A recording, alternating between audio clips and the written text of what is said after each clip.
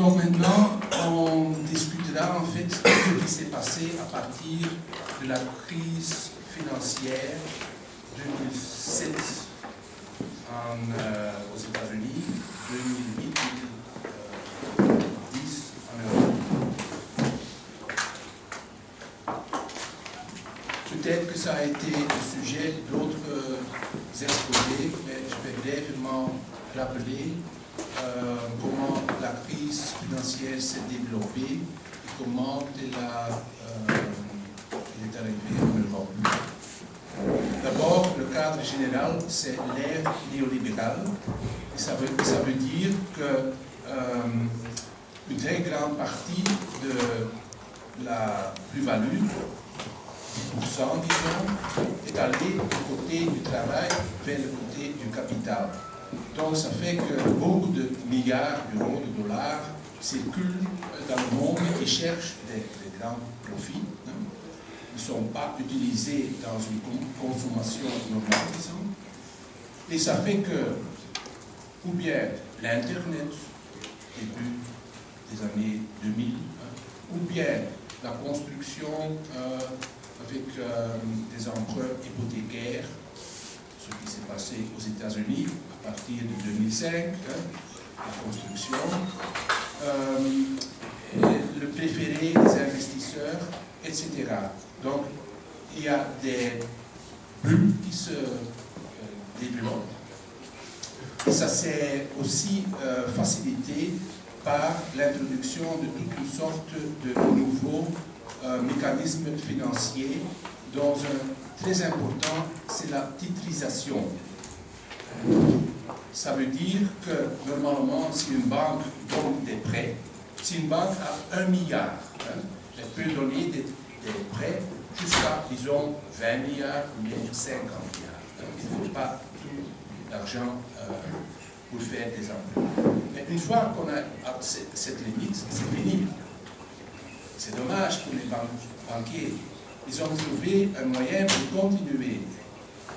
Du moment que vous avez tous ces documents qui prouvent que famille X, famille Y doit 1 million à la banque, etc., doit des papiers de valeur. Les papiers de valeur peuvent se vendre sur le marché financier.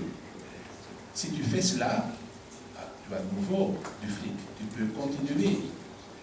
Et la titrisation, c'est la dette qui est transformée dans un produit financier qui circule dans le monde entier. Parce qu'on dit par exemple, si vous voulez une haute rente, il y a un peu plus de risques. Donc, il y a des papiers de dette qui ont une certaine chance de ne pas être remboursés. Si vous voulez de la certainté, là, vous achetez des titres de la dette de l'Allemagne. Et on fait aussi des produits qui sont un mix de tout cela, avec grand risque, petit risque, etc. Tous ces produits, c'est très, très opaque. C'est très difficile à savoir ce qu'on achète, mais c'était très populaire pour les investisseurs. Ça, c'est la titrisation. Comme on peut s'y attendre, dans une atmosphère financière comme ça, il y aura des crises. La bulle va éclater et c'est ça qui s'est fait de nouveau à partir de 2007 avec la bulle de la construction et les subprimes, comme on dit. Subprimes, ça veut dire qu'on donne des prêts à des familles, normalement on ne le ferait pas. Ce n'est pas une politique sociale, on pourrait le dire, c'est la politique sociale de l'ère néolibérale. On donne des prêts à des familles où il y a grand risque qu'ils ne rembourseront pas ou pas totalement.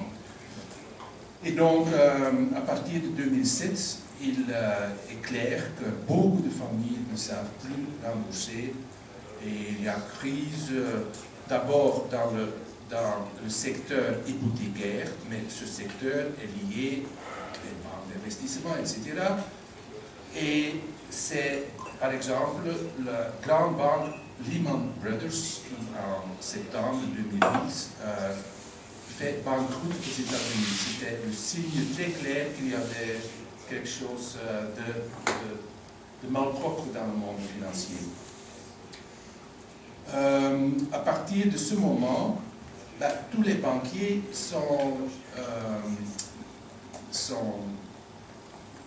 ils ont des suspicions sur leurs collègues. Normalement, si une banque veut un peu d'argent, quelques millions, on emprunte chez des collègues. Il y a le crédit entre banques, c'est le mécanisme le plus courant. Mais du moment qu'on n'est plus certain de la valeur d'une banque, il y a la suspicion qu'on va donner de l'argent aux collègues, mais qu'on ne le reverra plus. Et donc, ça donne cause au credit crunch. Ça veut dire qu'on ne donne plus de crédit. Et aussi, le secteur économique, l'industrie, etc., souffre d'une manière ou de l'autre de ce credit crunch.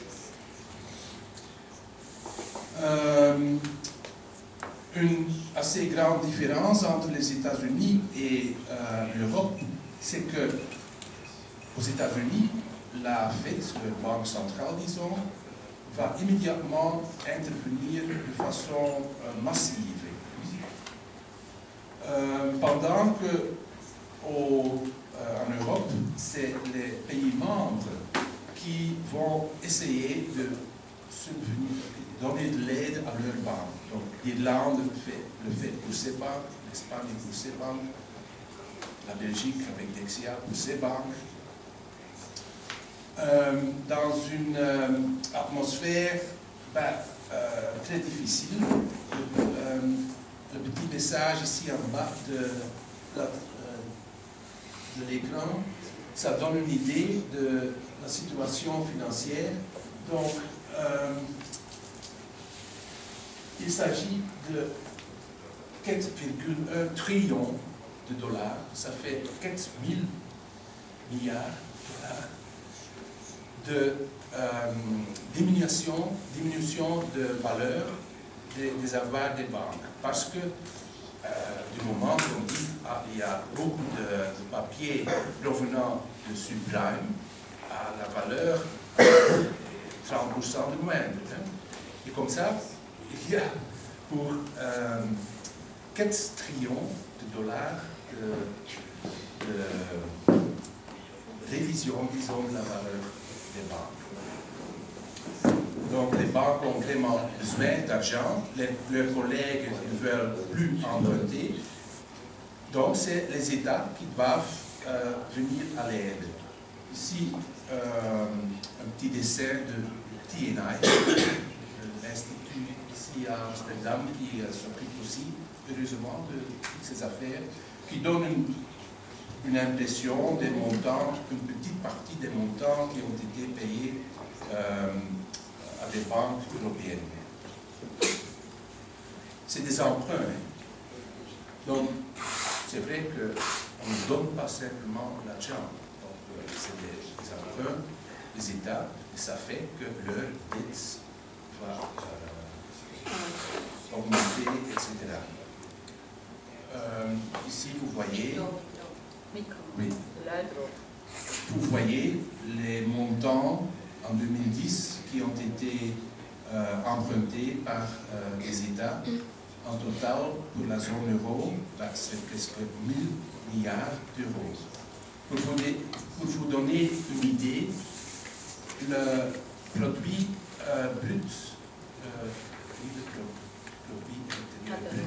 de l'Europe, avec ses 27 États, c'est de 13 000 milliards d'euros. 13 000. Donc, 1 000 milliards, c'est déjà 6% en fait du produit intérieur qui ont été prêtés aux banques.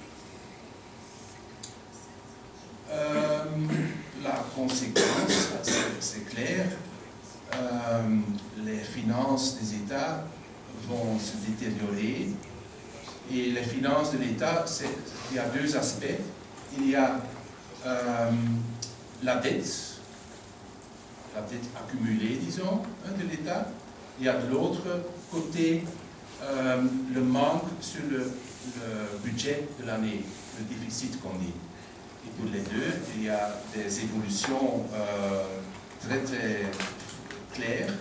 Et vous voyez ici que vraiment à partir de 2007-2008, cette dette dans la zone euro va de, disons, donc c'est la courbe noire, d'environ 70% vers 90%.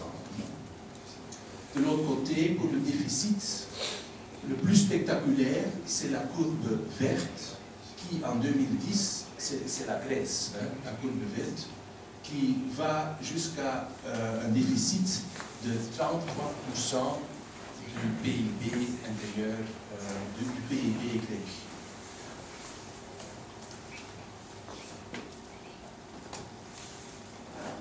Très souvent, en Europe, les autorités, aussi dans les médias, on dit, bah oui, on n'a pas respecté les règles européennes. Le déficit, d'après le pacte de stabilité, ne peut pas excéder 3%. Et la dette des États ne peut pas excéder 60%. On n'a pas respecté cela. C'est un peu faire mettre le monde sur sa tête. Et ici, on voit très bien qu'avant la crise, des pays qui maintenant sont vraiment très endettés, mais ils respectaient parfaitement les règles. Par exemple, l'Irlande avait, juste avant la crise, en 2007, avait pas de déficit fiscal, mais un excédent de 0,1%. Il y avait une dette du gouvernement de 25%, c'est presque rien. Pendant que, par exemple, la Belgique en avait une de 84%. L'Espagne avait un excédent de presque 2% et une dette de 36%. La Grèce, c'est autre chose. Ne faites pas la faute de dire non, non, la Grèce est simplement la victime. Il est vrai que les finances de l'État grec ont été très mal soignées par les gouvernements à partir des années 80. Et on a laissé entrer la Grèce dans cette union monétaire sous des conditions qui étaient, en fait, il fallait dire, non, c'est pas possible, on va dans le mur. Pour la Grèce, donc, on voit qu'avant la crise, déjà, il y avait un grand déficit, il y avait une grande dette. Mais le Portugal, c'était dans les règles. Là, je donne pour comparaison l'Allemagne, en fait, sa dette excédait le traité 65%, c'est plus de 60%.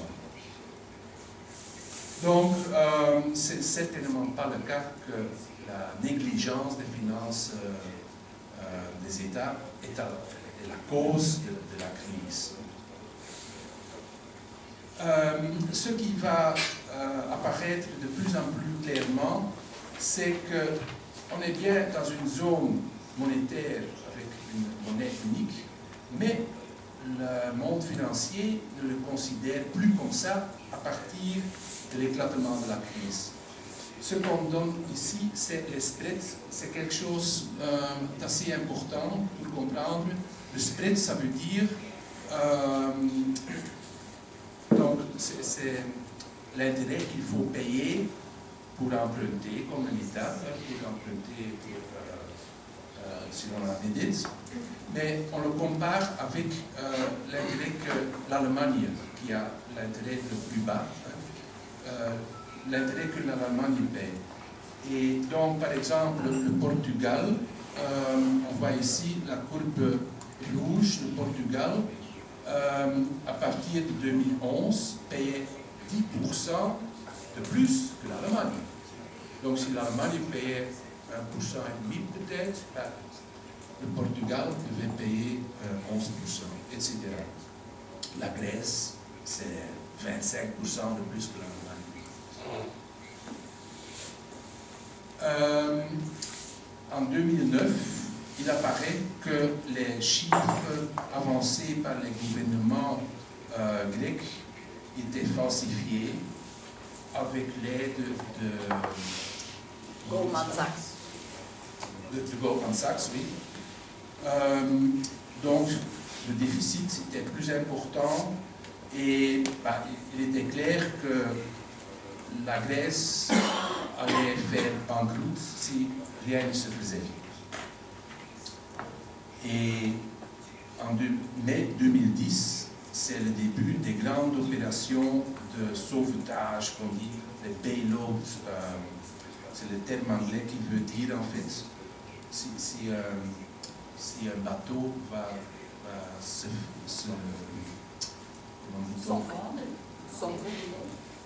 écrouler, il faut sortir l'eau, c'est tout bail out. Ça c'est le terme.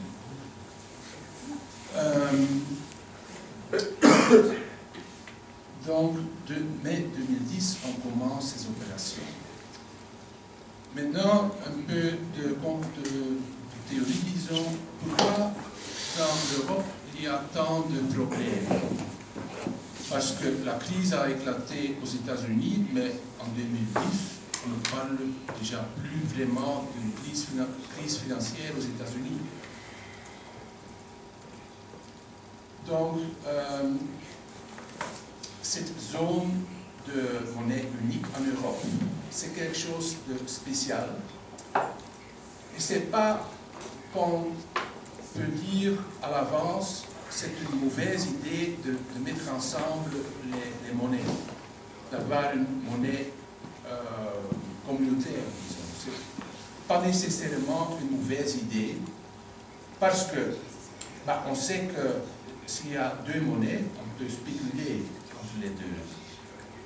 De moins de monnaie il y a, de moins de spéculation. C'est aussi un possible mécanisme de solidarité, parce que si la Banque centrale de l'Union monétaire fait les emprunts pour les États, celui qui est en difficulté va profiter de la crédibilité, disons, de l'ensemble. Peut-être c'est un avantage plus pour l'industrie, pour les compagnies, les coûts de transaction, les risques aussi d'évaluation, c'est moindre.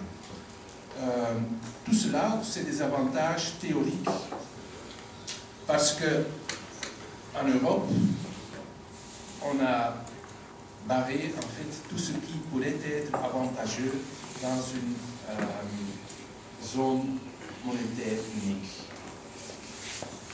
Et de cette façon, l'Union monétaire a fait un lit de Procrust. Je ne sais pas si vous connaissez l'expression, mais c'est assez désagréable d'être sur le lit de Procrust. Procrust était un bandit à Athènes, du temps de l'Athènes antique. Il mettait ses victimes sur un lit. Si leurs membres excédaient le lit, il coupait.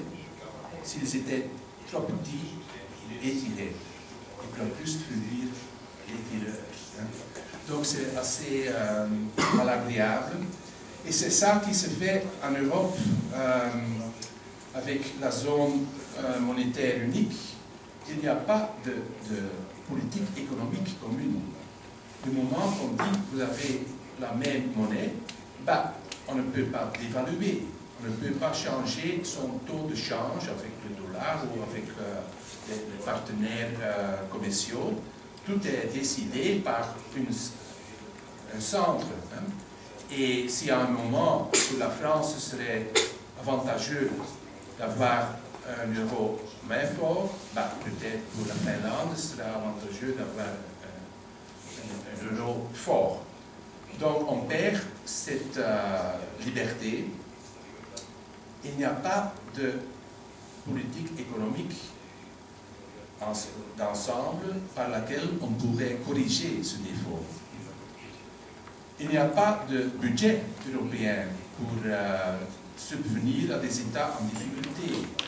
Dans toute zone monétaire, par exemple, un pays avant l'introduction de l'euro, c'était une zone monétaire. En France, le franc français, c'était la zone du franc français.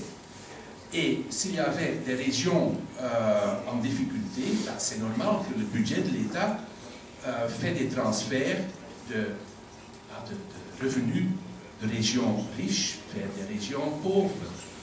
En Belgique, la même chose, c'est pourquoi il y a toute cette dispute entre nord et sud, mais toujours il y a des transferts.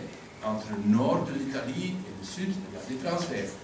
Mais en Europe, il y a quelques transferts. Il y a des fonds de structure, des fonds régionaux, et pour des régions très pauvres, il y a des moyens. Mais comme le PIB n'est que de 1% et presque la moitié est utilisée pour la politique agricole, il reste très, très peu pour faire vraiment des transferts dans le cadre d'une politique économique. Et comme j'ai déjà expliqué, la Banque centrale européenne ne prête pas aux États. Elle prête aux banques privées, et c'est les banques privées qui dictent leurs lois aux États. Et du moment qu'on a constaté que la solidarité monétaire européenne n'existe pas, elle dit la Grèce va payer 25% de rente, l'Allemagne 1%, etc. Ce qui est devenu de plus en plus clair, c'est qu'il y a une divergence entre le centre, comme dit, de l'Europe et la périphérie. Et on le constate de toutes sortes de manières. Par exemple, la balance courante, la graphique à gauche, c'est à peu près la balance commerciale. Si vous exportez beaucoup et vous importez peu, elle sera excédentaire. Et on le constate dans le nord de l'Europe, ça veut dire l'Allemagne, la Finlande, l'Autriche, les Pays-Bas normalement aussi, la Belgique est sur... c'est pas très clair, mais ils ont ce nord de l'Europe, ce centre de l'Europe a des excédents qui vont en montant, et les autres pays, le sud de l'Europe, l'Espagne, la Grèce, Portugal, Italie et France, ils accumulent des déficits sur leur balance commerciale. L'autre graphique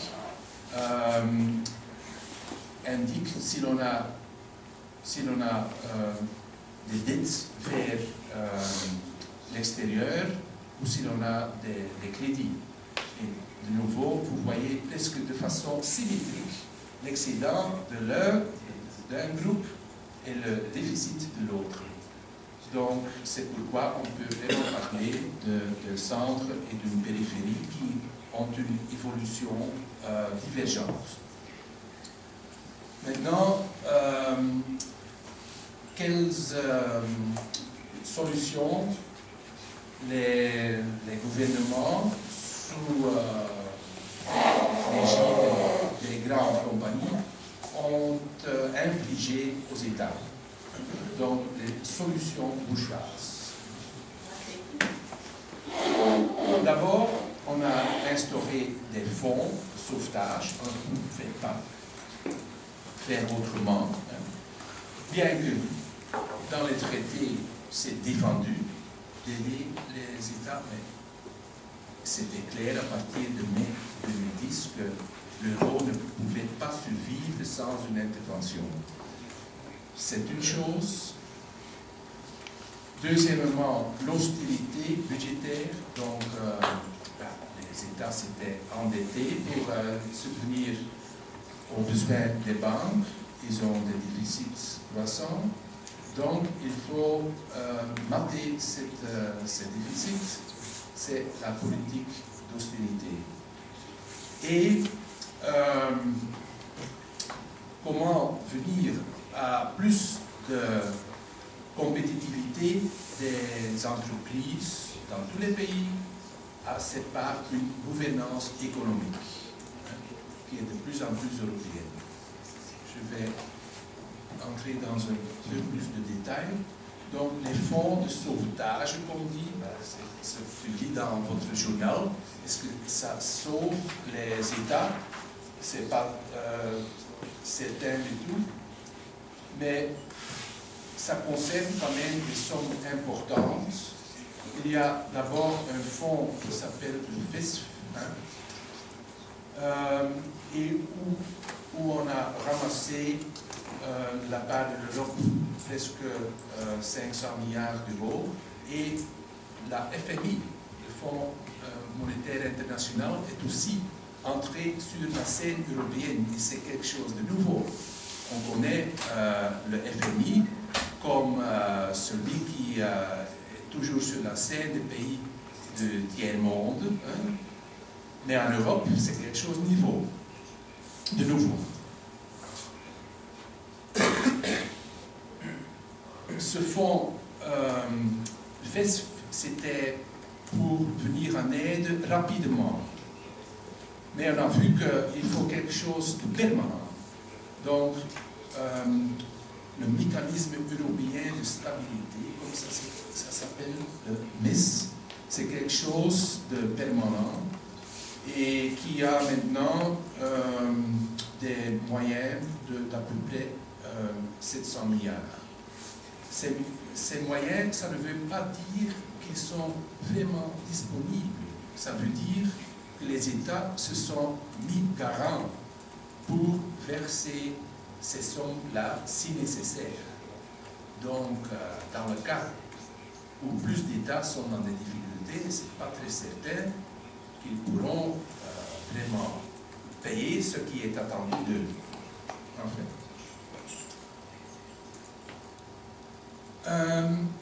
Le résultat de l'intervention de ces fonds se voit un peu ici.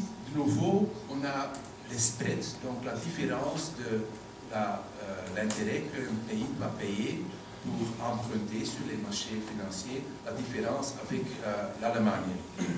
Et ce que tu vois, c'est que pour la Grèce, c'est la courbe supérieure en bleu.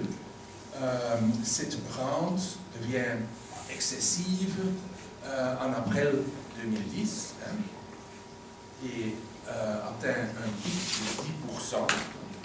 Et l'intervention du fonds ESF fait que cette rente, cet intérêt à payer diminue jusqu'à 5%, 4%. Donc, d'une certaine manière, c'est un succès. Et ce que tu vois après, cette rente à payer par la Grèce monte de nouveau. Donc, ce n'est pas du tout une solution stable. Après quelques trimestres, on est de nouveau à des niveaux impayables.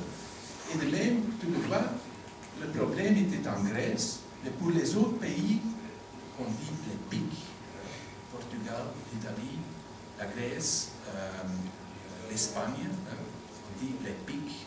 C'est pas très beau, mais c'est comme ça que dans les journaux financiers, on parle des pays. On voit que la rente, la spread, est aussi évolue avec les événements de la Grèce. C'est parce que les marchés financiers se rendent compte, le Portugal a aussi des grandes dettes, etc.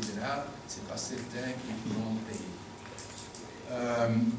Dans le graphique en bas, on voit même qu'un certain temps, en 2011, l'Italie va payer autant que l'Espagne. Et jusqu'ici, l'Italie est un peu, n'est pas encore un des pays vraiment dans les problèmes. Mais on le craint. Si ça se passe, jusqu'ici, la Grèce, c'est une petite économie, c'est 2% du PIB européen. L'Irlande, c'est petit aussi. Le Portugal aussi.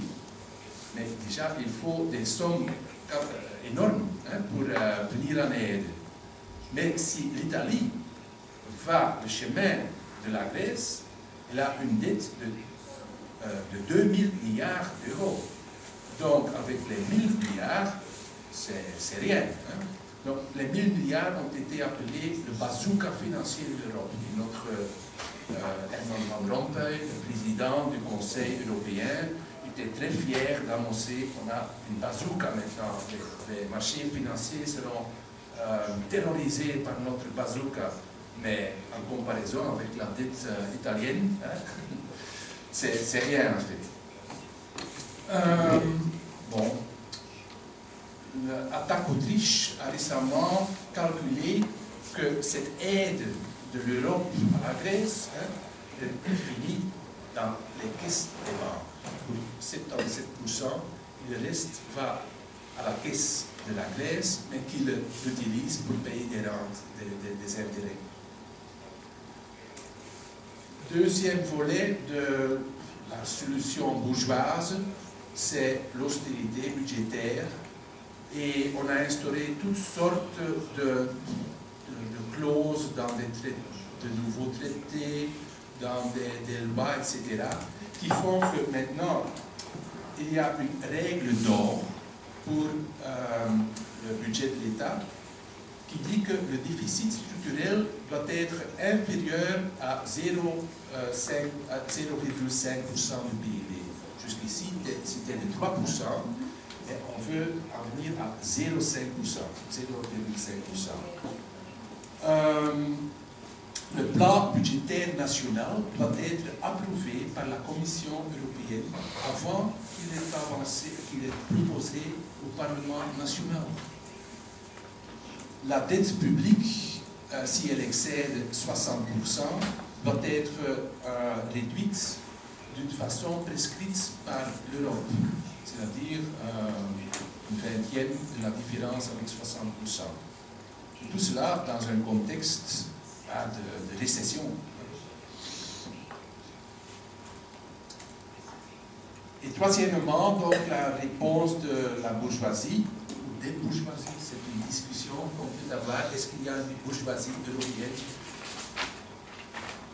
Mais de toute façon, la réponse vers le mouvement ouvrier, pour nous, c'est le plus important, c'est leur gouvernance économique. D'une certaine façon, la commission, je dis commission, c'est en fait toutes les autorités européennes, mais c'est toujours la commission qui est porte-parole. Hein. D'une certaine façon, la commission a battu sa coupe et a dit, oui, notre obsession avec la stabilité du budget, c'est pas suffisant parce que du moment qu'il y a un déficit excessif, c'est trop tard. Ce déficit excessif est la conséquence d'une macroéconomie insuffisante, avec insuffisamment de compétitivité. Donc, si l'on veut de façon durable venir en aide aux États, il faut changer leur système macroéconomique. Ça veut dire le marché du travail, les conditions, les salaires, les pensions, etc. Donc c'est très ça veut dire en fait toute la politique sociale et économique. Et il y a toute une série de noms qui sont très peu connus, mais qui sont tous dans le cadre de cette gouvernance économique.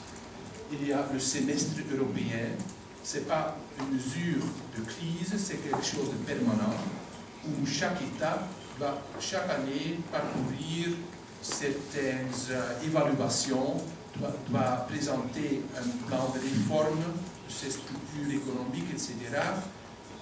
Ça doit être approuvé par la Commission, et en juin de chaque année, la Commission fait ses recommandations. On peut dire, de nouveau, recommandation, ce n'est pas une loi, mais ça devient de plus en plus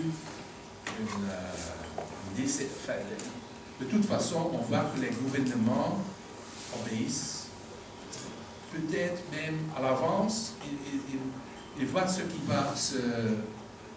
que la Commission va demander, et proactivement, comme on dit, il s'occupe déjà des pensions, des chômages, etc. Le six-pack et le two-pack, c'est des lois, donc des règlements européens qui ont été approuvés par tous les partis, à l'exception des partis du GUE, de la gauche. Bien que la social-démocratie dit qu'on est contre le six-pack, ils ont approuvé l'élément clé. L'élément clé du six-pack, c'est 6 lois. Mais l'élément clé, c'est la supervision de l'économie de chaque pays. Donc, la Commission a un tableau avec les indicateurs de la compétitivité de chaque pays. Et dans le cas où paramètres excèdent une certaine marge, il y a des clignotants et le pays sera mis sous contrôle de la Commission. Oui, je ne vais pas entrer dans le détail, mais ce qui s'annonce maintenant et qui est d'après moi très dangereux et qui va être sur le sommet de décembre, c'est le plan de Van Rompuy pour une véritable union monétaire. Et dans le cadre de cette véritable union monétaire, on veut que chaque État souscrit des contrats avec l'Union européenne, disant, moi, dans 2 ans, je vais réformer, par exemple, l'indexation des salaires, comme ça existe toujours en Belgique. Moi, je vais faire l'âge des pensions sera 70 ans dans 2000, etc. Donc, des contrats signés à suivre. Et de façon très perverse, on va installer un petit budget pour stimuler les États qui vont dans le bon chemin. Et on a déjà dit, ça ne sera pas grand-chose parce que c'est un budget pour la zone euro, en surplus du budget européen, pour lequel les États sont de moins en moins enclins de payer. Mais on va quand même trouver quelques moyens pour stimuler les bonnes initiatives. Donc vous pouvez vous imaginer que dans les parlements nationaux, on va dire, ah, si on ne fait pas ça, on perd les 50 millions que la Commission va nous payer. Donc c'est très bien vu. Et je vais finir avec un extrait ou un résumé d'une lettre qui était un certain temps secrète, écrite par les autorités de la Banque européenne, la Banque centrale européenne, qui en fait n'a aucune compétence pour la politique sociale, économique. Hein, c'est une banque centrale qui va s'occuper de la question monétaire. Mais dans cette lettre au gouvernement italien, en septembre 2011, on dit, si vous voulez, des conditions favorables de la part de la Banque centrale européenne, qui, de temps à autre, achetait, contre les règles en fait, mais achetait des papiers d'État. Hein. Si vous voulez profiter de ces occasions, il faut des réformes. Par exemple, la libéralisation des services publics. Donc c'est la Banque centrale européenne qui s'occupe de cela.